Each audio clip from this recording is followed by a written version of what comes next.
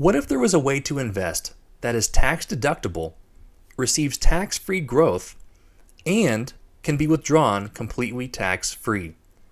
And what if it could all happen before you turn 59 and a half?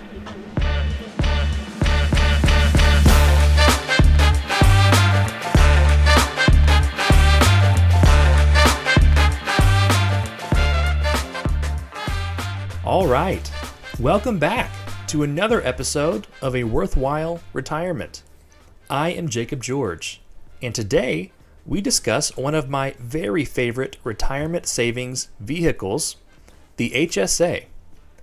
But before I tell you what makes it so special to me, remember that the info in this podcast is general in nature and should not be taken as investment advice specific to your situation. Now, today also marks the last episode in our series of accessing retirement funds early, penalty-free. Something I love to talk about, but of course I am also excited to move on to other things. So with that, let's go ahead and get started. An HSA, or a health savings account, is a tax-advantaged savings account specifically for qualified medical expenses. How do you get one?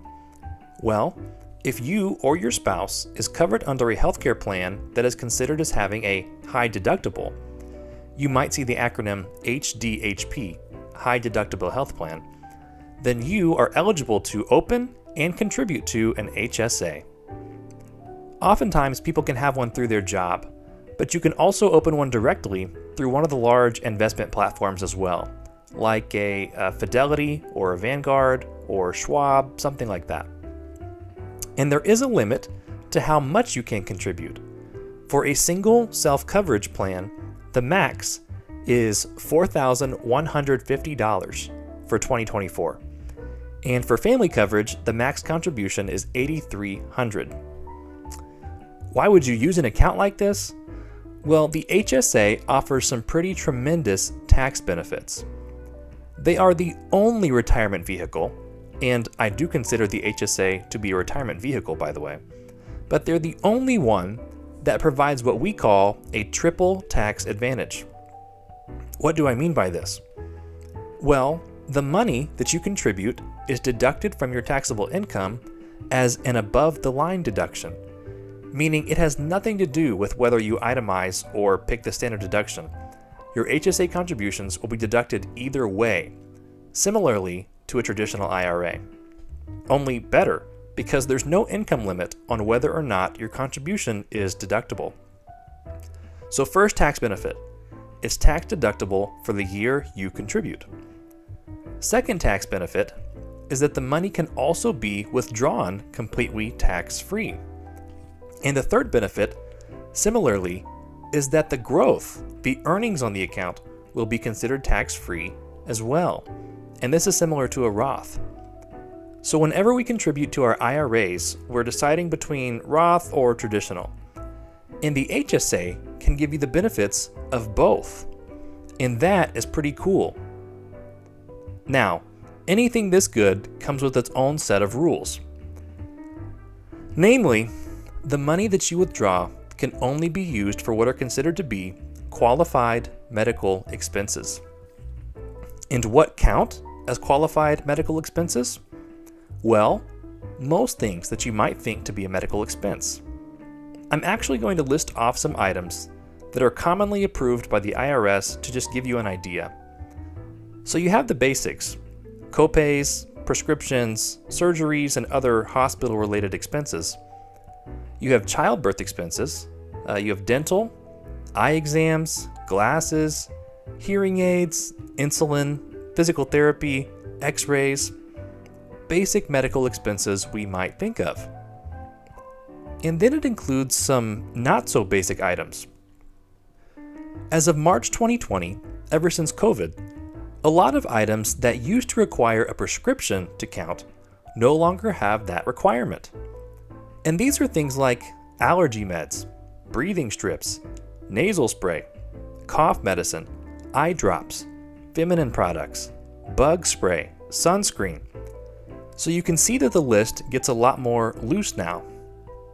And if you have a medical diagnosis from a doctor, this list gets even more lenient than that. Qualified medical expenses can include vitamins and supplements. It can include your gym memberships and personal training.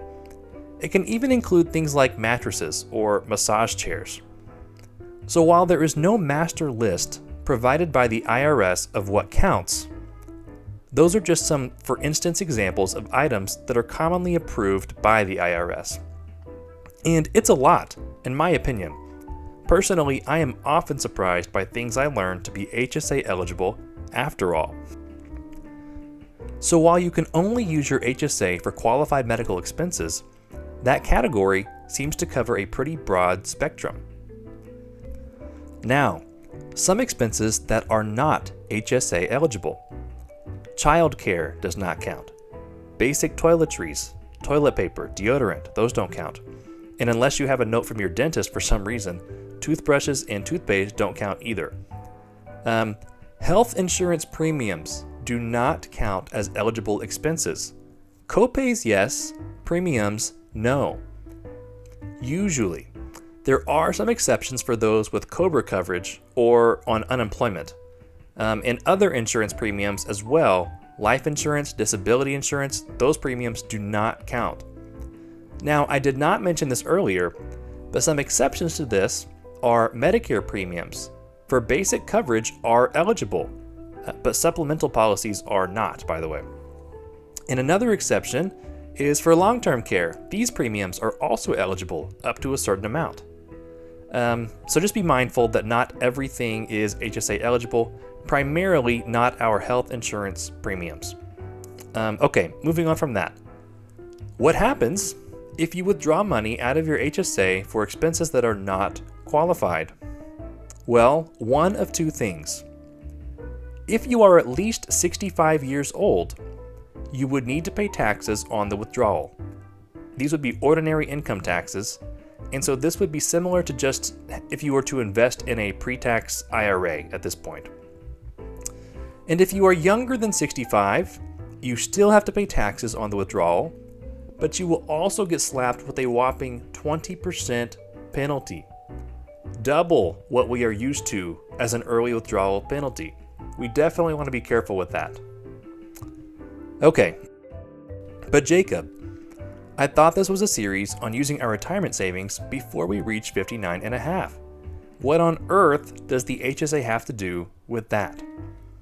Well, I am so glad that you asked. Let me tell you a quick story. Last year, I had a baby in the hospital, and it turned out to be pretty expensive. We negotiated our bills a little bit, but the all-in cost for everything was about $6,000, and all $6,000 of that counted as a qualified medical expense. And so I could have withdrawn $6,000 from my HSA to pay for it, and that withdrawal would never have incurred any income taxes along the way. However, I did not withdraw the money from my HSA. Instead, I pulled it out of our savings account in the bank. Why? Because that HSA money that I was eligible to spend but didn't can now be used to fund whatever I want, whenever I want. The qualified medical expenses that we could use our HSA to pay for, but we don't, can be withdrawn at any point in the future, such as before 59 and a half, and it can be used for anything, such as day-to-day retirement expenses. And so our HSA is yet another way of accessing retirement funds before we turn 59 and a half. But there are some things to keep in mind. The amount that you can withdraw is limited to the amount of medical expenses you incurred. So you'll need to keep some sort of record indicating to you how much you can withdraw. And not only for yourself, it is highly recommended that you keep some sort of digital or physical record of your qualified medical expenses to prove to the IRS that the withdrawal that you're making was at one time for a qualified medical expense that you covered out of your own pocket. If you were to get audited, you would need to be able to prove this. And another thing to consider is that your HSA is a phenomenal way to plan for health-related costs as we get older. It is very common for healthcare costs to be someone's most expensive line item in the later years of life. And your HSA is a great way of preparing for that. So if you have other ways of accessing retirement funds early, I would be sure to at least consider them. And with that, we complete our series of accessing retirement funds before we turn 59 and a half, totally penalty-free. So a quick recap of 4 basic methods that we have discussed. Number 1, the rule of 55. We can access our workplace plans if we are leaving that employer in the year we are turning 55 or older. Number 2, at any point, we can make a series of substantially equal periodic payments out of any of our retirement accounts, essentially. These are a fixed amount that continue until we do turn 59 and a half, or for a minimum of 5 years, whichever time frame is longer. Number 3, we can access funds from our Roth IRAs. At any point, you can always pull out the money that you have contributed.